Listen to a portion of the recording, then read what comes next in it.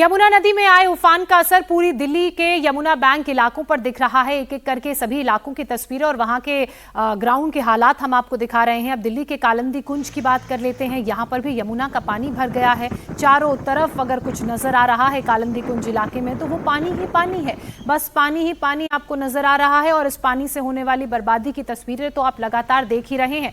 यमुना में पानी इतना बढ़ चुका है कि वो घाटों से होते हुए सड़कों तक दिल्ली की आ चुका है। ITO, ring road, bus stand के इलाके, इसके अलावा कालिंदी कुंज की तस्वीरें आप देख रहे हैं जिसने दिल्ली के साथ साथ NCR के लोगों की भी परेशानियों को बढ़ा दिया है। अब ये जो ब्रिज की तस्वीर आप देख रहे हैं, अमूमन इससे काफी नीचे पानी रहता है, लेकिन जिस पिलर पर ये ब्रिज खड़ा है उसके कितने करीब ये पानी आ गया है। अगर इसी तरह से वाटर लेवल बढ़ता रहा, बारिश रुकी नहीं तो ये पानी और ऊपर आ जाएगा और ब्रिज के बिल्कुल पैरेलल हो जाएगा। यानी कि जैसे जैसे बारिश हो रही है खतरा दिल्ली वालों के लिए बढ़ता जा रहा है। हमारे दो सहयोगी इलाका आजमी और अनामिका गौड़ इस वक्त हमारे साथ जुड़ चुके हैं। अनामिका का पहले रुख कर लेते हैं। अनामिका, हमने आपकी अलग अलग रिपोर्ट्स देखी। दिल्ली के जो ज्यादातर इलाके हैं वो इस वक्त पानी की चपेट में हैं। इस वक्त ISBT की तस्वीरें दिखाइए और वहां का हाल बताइए।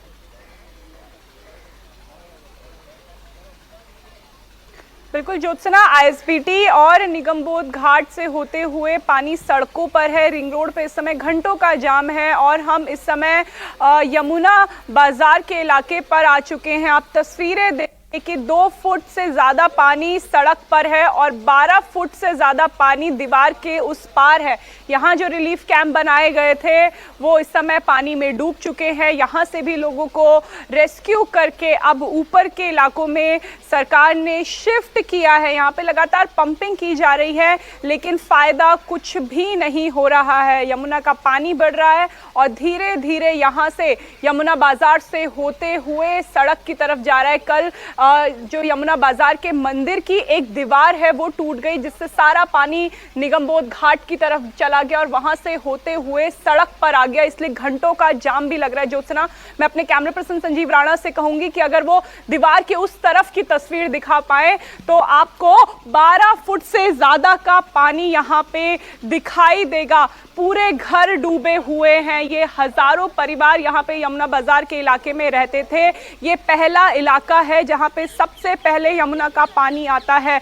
लगातार यहाँ पे निगरानी की जा रही थी। यहाँ से लोगों को शिफ्ट भी किया गया लेकिन कुछ लोगों ने छतों पर अपना आशियाना बना लिया है। वो रिलीफ कैंप में जाने को तैयार नहीं थे क्योंकि रिलीफ कैंप में स्थिति इतनी बेहतर नहीं है। राहत शिविर तो बनाए गए लेकिन जो वहाँ लोग रहते हैं उन्हें राहत नहीं मिलती है। देखिए कैसे लोग अपनी जान को जोखिम में डालकर बांस के सहारे से छत की तरफ जा रहे हैं। ऐसे ही अपने लिए रोजमर्रा का जरूरत का सामान भी यहाँ पे ला रहे हैं। सबसे ज्यादा मुश्किल ज्योत्सना ये हो रही है कि पीने का पानी इन लोगों के पास नहीं है, शौचालय नहीं है। ऐसे में इस छत को पार करके ये देखिए आप डंडे के सहारे लोगों को यहाँ से निकलते हुए देख पा रहे होंगे। एक महिला है, पानी में नीचे गिरने का डर है लेकिन स्थिति आप देखिए कि लोग रिलीफ कैंप में नहीं रहना चाहते हैं बल्कि अपने ही घरों के ऊपर उन्होंने अपने आशियाने को बसा लिया है। अपनी जरूरत का सामान छत में पहले ही शिफ्ट कर लिया था। ज्योत्सना जी, अब हम रुक करते हैं हमारी दूसरी सहयोगी इलाका आजमी का जो इस वक्त मयूर विहार इलाके में। इला, आपके पीछे भी हम देख रहे हैं कि जो पूरा का पूरा खादर का इलाका है वो पूरी तरह से इस वक्त यमुना के पानी में डूब चुका है। जी बिल्कुल, मैं आपको बता दूं अभी भी यमुना खतरे पर है। हालांकि प्रशासन का कहना है कि धीरे धीरे पानी कम होगा लेकिन खतरा अभी पूरी तरह से टला नहीं है। तस्वीरें मैं दिखाती हूँ मयूर विहार खादर की। पूरा इलाका डूब चुका है। लोगों की खेतियां यहाँ पर थी, सब डूब चुके हैं। यहाँ तक राहत शिविर जो बनाए गए थे वो भी आप देखिए पानी में किस तरह से जलमग्न हो गए। पहला कैंप आपको नजर आ रहा होगा जिसमें पानी भर गए।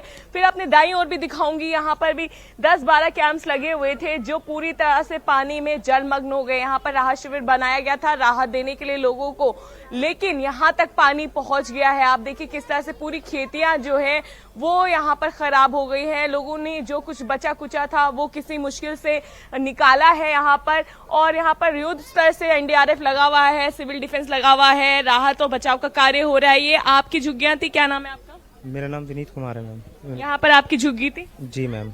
और कितना पानी आ गया? राहत शिविर में भी चला गया? मैम पिछले यहाँ से करीब हम हो गए हमें 15-20 साल यहाँ पे रहते रहते।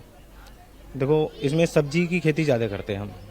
हरी सब्जी ज़्यादा होती है। हरी सब्जी आप जानते ही हैं कि अच्छे पढ़े लिखे लोग खाएं। दिल्ली के अंदर ताज़ी सब्जी मिलती थी लेकिन जब पानी आता है हमें बता दिया जाता है, लेकिन अब की बार तो डीडीए वालों ने हमारी सारी फसलें भी बेकार कर दी थी पानी आने से पहले।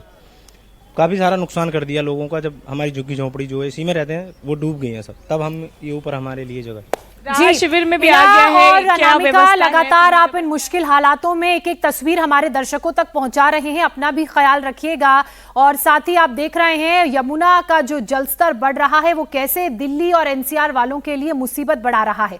दिल्ली के अलावा उससे सटे हुए इलाकों की बात करें तो यहां पर भी यमुना का रौद्र रूप देखने को मिल रहा है। तस्वीरें इस वक्त आपके सामने नोएडा के सेक्टर 135 की, और यहां पर भी यमुना नदी ने आसपास के इलाकों में अपना रौद्र रूप दिखाया है और जो लोगों को जगह खाली करने का अलर्ट जारी किया गया। ये 135 की आप तस्वीर देख रहे हैं। आप 135 की जो तस्वीर है ये आप समझिए कि ये वो फार्म हाउसेज हैं जो खादर के जमीन पर बनाए गए हैं। अब खादर की जमीन वो होती है जिसे फ्लड प्लेन कहा जाता है, यानी कि बरसात के मौसम में यहाँ पानी आता है और गर्मियों के मौसम में सूखा रहता है। अब यहाँ पर जो ये बड़े बड़े फार्म हाउस बनाए गए हैं ये पूरी तरह से डूब चुके हैं, क्योंकि बरसात हुई है, पानी बढ़ा है, तो कैचमेंट का जो एरिया नदी का उसने अपने एरिया को अपने आगोश में ले लिया है। लेकिन यहाँ सबसे ज्यादा दिक्कत उन लोगों के लिए है जो यहां पर खेती करने जाते हैं या खेती करते हैं, उनकी झुग्गियां डूब गई हैं। अब पंजाब की भी बात कर लेते हैं, क्योंकि हालात पंजाब में भी बेहद खराब है। भीषण बाढ़ का इस वक्त पंजाब सामना कर रहा है। सरकार ने सभी 23 जिलों को बाढ़ प्रभावित घोषित करते हुए पंजाब को आपदा प्रभावित राज्य भी घोषित कर दिया है। अब राज्य में सतलुज, व्यास और रावी नदी उफान पर है, तो इस आपदा में अब तक 43 लोगों की मौत हो चुकी है और करीब 3,54,000 से ज्यादा की आबादी प्रभावित हुई है। 1,500 से ज्यादा गांव डूब चुके हैं। 1,75,000 हेक्टेयर से ज्यादा फसल बर्बाद हो गई है। इलाके का संपर्क एक दूसरे से टूट चुका है। हाईवेज पर लगातार पानी भरा हुआ है और राहत का कार्य इस वक्त हो रहा है। तो पंजाब के ये हालात देख रहे हैं। साथ ही पटियाला की तस्वीर आपकी स्क्रीन पर दूर तक जहां आपकी नजर आएगी, आपको अगर कुछ नजर आएगा तो वो सिर्फ पानी ही पानी है। सतलुज नदी, ब्यास और रावी नदी उफान पर हैं, क्योंकि हिमाचल प्रदेश और जम्मू कश्मीर से लगातार बारिश का पानी यहां पंजाब पहुंच रहा है, इसलिए सबसे ज्यादा प्रभावित पंजाब है। अब ये 6 तस्वीरें आपके सामने। अमृतसर, पटियाला, जालंधर, फिरोजपुर, गुरदासपुर और रूपनगर, ये वो इलाके हैं जो इस वक्त सबसे ज्यादा प्रभावित हैं। पूरे 23 के 23 जिले पंजाब के इस वक्त बाढ़ की चपेट में हैं और मंजर कुछ ऐसा नजर आ रहा है कि ना घर बचे हैं, ना गाड़ियां बची हैं, सड़कों में पानी भर चुका है और सबसे ज्यादा परेशानी लोगों को हो रही है।